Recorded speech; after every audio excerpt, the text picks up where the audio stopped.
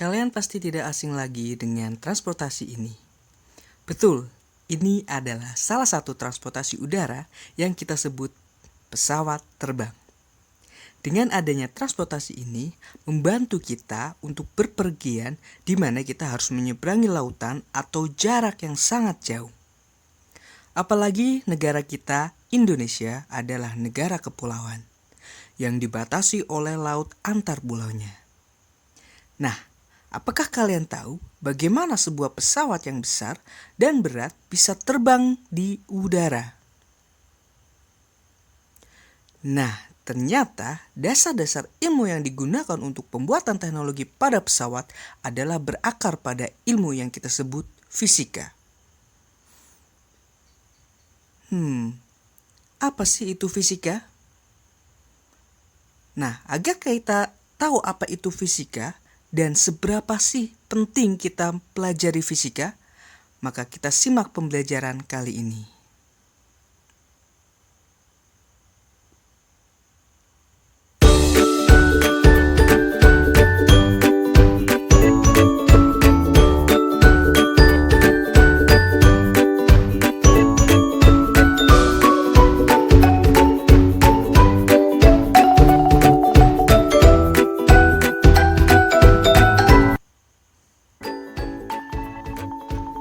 Fisika diserap dari bahasa Yunani, physikos yang berarti alamiah, dan physis yang artinya alam.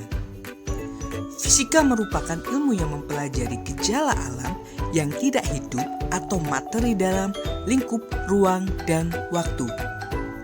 Para fisikawan atau ahli fisika mempelajari perilaku dan sifat materi dalam bidang yang sangat beragam. Mulai dari partikel submikroskopis yang membentuk segala materi, hingga perilaku materi alam semesta sebagai satu kesatuan kosmos. Sebelumnya sudah dijelaskan bahwa ilmu fisika itu mempelajari mulai dari partikel submikroskopis sampai alam semesta. Jadi pembahasan ilmu fisika itu sangat luas. Banyak cabang keilmuan. Beberapa cabang fisika di antaranya adalah sebagai berikut. Nah, ini adalah contoh penerapan pada cabang ilmu fisika. Kalau kita tahu, ini adalah sepeda. Pada asal mulanya, sepeda itu digunakan untuk membantu perpindahan atau alat transportasi manusia di zamannya. Namun sekarang sudah berubah menjadi alat olahraga. Nah, ilmu mempelajari tentang gerak kita sebut mekanika klasik.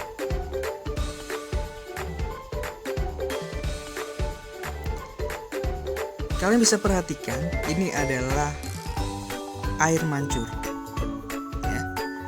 Air mancur ini menerapkan keilmuan pada cabang fisika yang kita sebut namanya mekanika fluida, yaitu ilmu fisika yang mempelajari mengenai zat fluida, baik cair, gas, dan plasma, dan gaya yang bekerja padanya. Selain air mancur, kita bisa juga temukan teknologi yang menerapkan mekanika fluida adalah pesawat terbang. Mengapa pesawat terbang bisa terbang di udara? Hal ini karena adanya pergerakan fluida yaitu udara.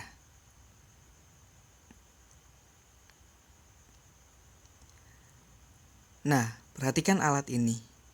Ini adalah loop atau kita sebut namanya kaca pembesar. Nah, kaca pembesar ini adalah teknologi yang menerapkan cabang ilmu fisika yang kita sebut namanya optika, yaitu ilmu fisika yang mempelajari tentang cahaya serta peralatan manusia yang membantu penglihatan. Nah, alat optik yang paling dekat dengan kita yaitu adalah mata. Dengan adanya mata, kita bisa melihat keindahan alam ciptaan Tuhan yang Maha Esa.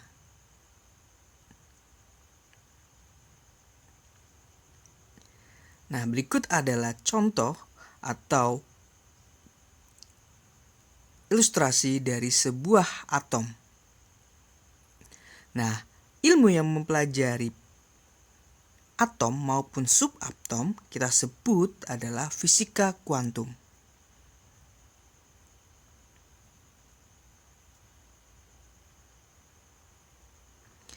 Nah, ini adalah mesin Carnot. Mesin Carnot itu menerapkan ilmu dari cabang fisika yaitu termodinamika. Termodinamika adalah ilmu fisika yang mempelajari tentang energi atau perpindahan panas. Teknologi ini yang kita rasakan pada kendaraan-kendaraan bermotor. Maka dari itu kenapa motor atau sepeda motor atau mobil bisa bergerak itu karena adanya teori termodinamika, yaitu mengubah panas menjadi gerak.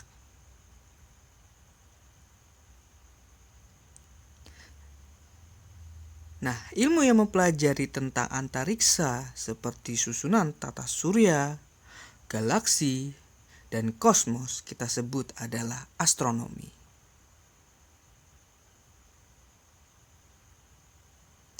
Sedangkan cabang fisika yang mempelajari tentang elektronika kita sebut elektronika. Elektronika adalah cabang ilmu fisika yang mempelajari aliran elektron atau partikel bermuatan listrik dalam suatu alat seperti komputer, semikonduktor, dan gadget yang sedang kalian gunakan untuk menonton video ini.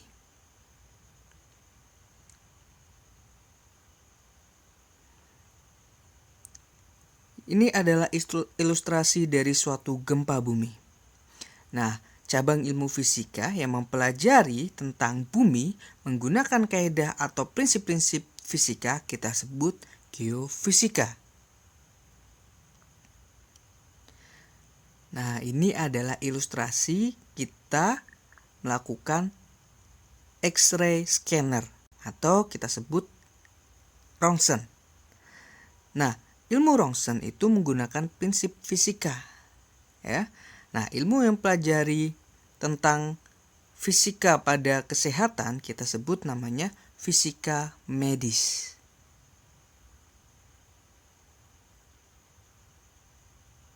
Fisika merupakan cabang IPA, sehingga hakikat fisika sama dengan hakikat IPA.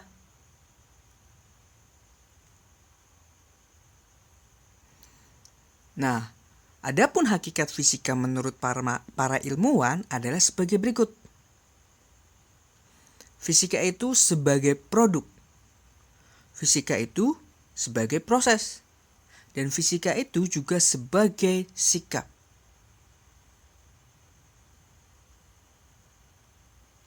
Fisika adalah kumpulan pengetahuan atau body knowledge. Dalam memenuhi kebutuhannya, manusia pasti butuh interaksi baik antar sesama manusia maupun antara manusia dan alam. Nah, seluruh interaksi tersebut memunculkan suatu keingintahunan baik dalam tentang alam maupun segala gejala fisika dalam kehidupan. Keinginan tahunan itu bisa terpecahkan jika ada penelitian. Dari berbagai penelitian itulah muncul berbagai teori atau dokumentasi kegiatan. Teori-teori itu nantinya didaftar, dikumpulkan, dan disusun secara sistematis menjadi kumpulan pengetahuan. Nah, kumpulan pengetahuan inilah yang kita sebut sebagai produk.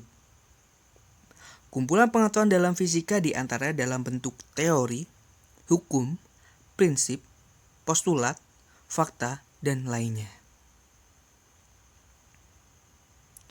Fisika sebagai proses adalah cara untuk menyelidiki segala sesuatu. Way of investigation.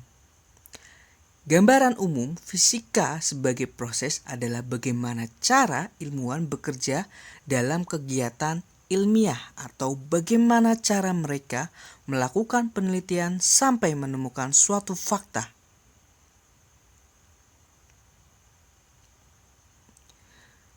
Dan terakhir, fisika sebagai sikap. Fisika adalah cara atau jalan berpikir, a way of thinking. Melalui pemikiran, seseorang mampu bersikap dan bertindak, sehingga melakukan kegiatan ilmiah. Dalam melakukan kegiatan ilmiah, seseorang harus memiliki sikap objektif, rasa percaya diri, jujur, dan terbuka. Inilah makna fisika sebagai sikap.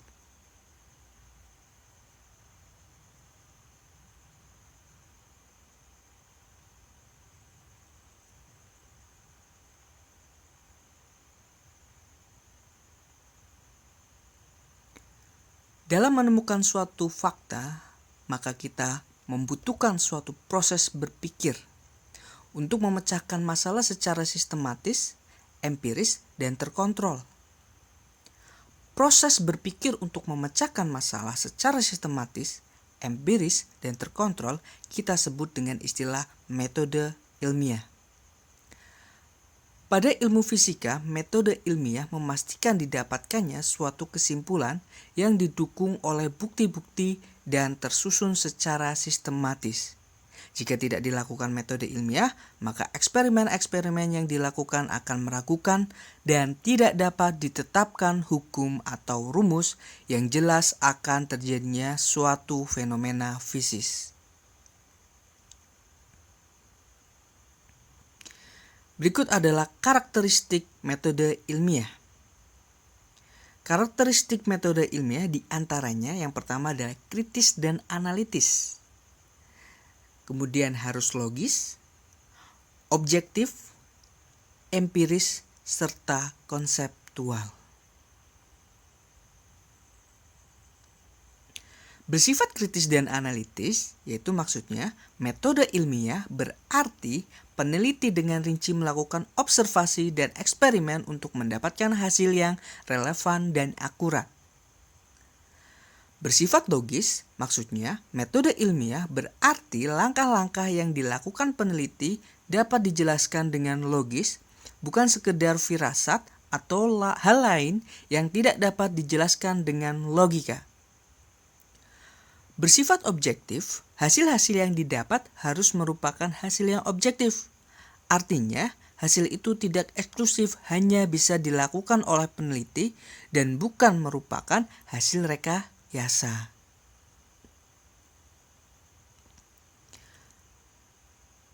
Bersifat empiris, hasil didapatkan dari kejadian nyata yang benar terjadi, bukan karangan atau berbasis hanya dari opini peneliti sendiri. Bersifat konseptual, maksudnya berfokus pada hal-hal yang berkaitan dengan konsep-konsep suatu fenomena.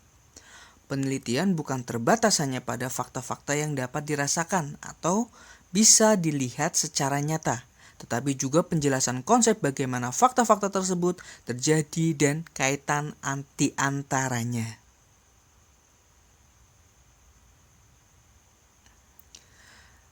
Berikut adalah langkah-langkah metode ilmiah. Pertama, yaitu observasi awal. Kedua, identifikasi masalah. Ketiga, perumusan hipotesis. Keempat, eksperimen. Kelima, analisis hasil. Dan yang terakhir adalah penarikan kesimpulan.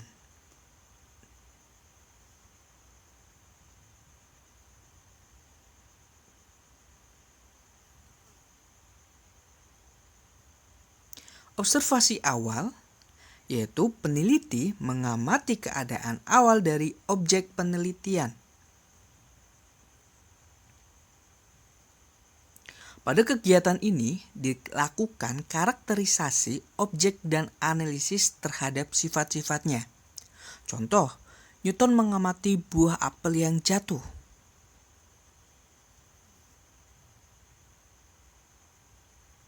Yang kedua yaitu identifikasi masalah.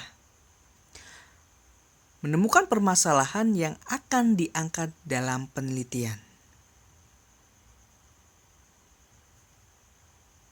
Contohnya adalah Newton memikirkan mengapa buah apel itu jatuh ke bawah. Kenapa ya? Nah, setelah Newton melakukan identifikasi, kita harus merumuskan hipotesis. Membuat rumusan awal yang menjelaskan permasalahan yang ingin diangkat. Hipotesis bersifat sementara karena belum adanya hasil objektif dari eksperimen. Oleh karena itu, hipotesis tidak bisa dijadikan kesimpulan hasil penelitian ilmiah. Contoh, Newton membuat hipotesis bahwa apel yang jatuh ke bawah mungkin karena ditarik oleh bumi. Nah, setelah Newton melakukan hipotesis atau merumuskan hipotesis, dia melakukan eksperimen. Percobaan-percobaan yang dilakukan untuk menganalisis permasalahan yang ingin diidentifikasi. Eksperimen yang umum dilakukan adalah rekayasa penciptaan ulang permasalahan. Dengan kata lain, peneliti menerima proses terjadinya permasalahan yang diteliti. Pada eksperimen variabel-variabel yang berpengaruh pada proses fisik dikendalikan sebaik mungkin, sehingga peneliti benar-benar mengetahui faktor apa saja yang berpengaruh pada hasil eksperimen tersebut. Nah, contohnya, Newton melakukan percobaan ayunan matematis untuk mengetahui percepatan gravitasi bumi. Nah, setelah melakukan eksperimen, maka kita mendapatkan data. Dari data, kita harus menganalisis data tersebut. Analisis ini dikembangkan dari rumusan hipotesis yang telah dibuat sebelumnya, terutama apakah hipotesis yang dibuat dapat menjelaskan fenomena permasalahan yang terjadi atau tidak. Jika terdapat hubungan yang jelas atau kesesuaian antara hasil eksperimen dengan hipotesis, maka hasil analisis dapat dijadikan sebagai dasar penarikan kesimpulan. Jika tidak, maka dilakukan pengulangan langkah-langkah sebelumnya. Pengulangan dapat dilakukan dari tahapan perumusan hipotesis atau dari tahap eksperimen. Contohnya di sini, Newton menghitung percepatan gravitasi dari data yang sudah diketahui tadi. Dihitung berapa percepatan gravitasinya. Apakah benar bahwa si apelnya tadi mendapatkan percepatan gravitasi. Dan yang terakhir, setelah kita menganalisis datanya, kita harus menarik kesimpulan. Penarikan kesimpulan menjadi penutup dari langkah-langkah penelitian dengan metode ilmiah. Setelah hasil dianalisis dengan dihubungkan dengan hipotesis, peneliti dapat menarik kesimpulan yang menjelaskan hubungan-hubungan tersebut dengan singkat. Nah, kesimpulan sejatinya dibuat dengan jelas dan padat, menggambarkan inti dari eksperimen dan tidak keluar dari eksperimen yang dilakukan. Contohnya, Newton menyimpulkan bahwa buah apel jatuh karena adanya gaya gravitasi bumi yang menyebabkan apel memiliki percepatan. Makanya tadi saat percobaan yang dihitung adalah percepatan gravitasi. Nah, itu adalah gambaran umum ilmu fisika. Nah, semoga dengan adanya pembelajaran kali ini, kalian lebih paham apa itu fisika dan pentingnya belajar fisika. Oke, sampai jumpa lagi di pertemuan selanjutnya. Sampai jumpa. Dan terima kasih.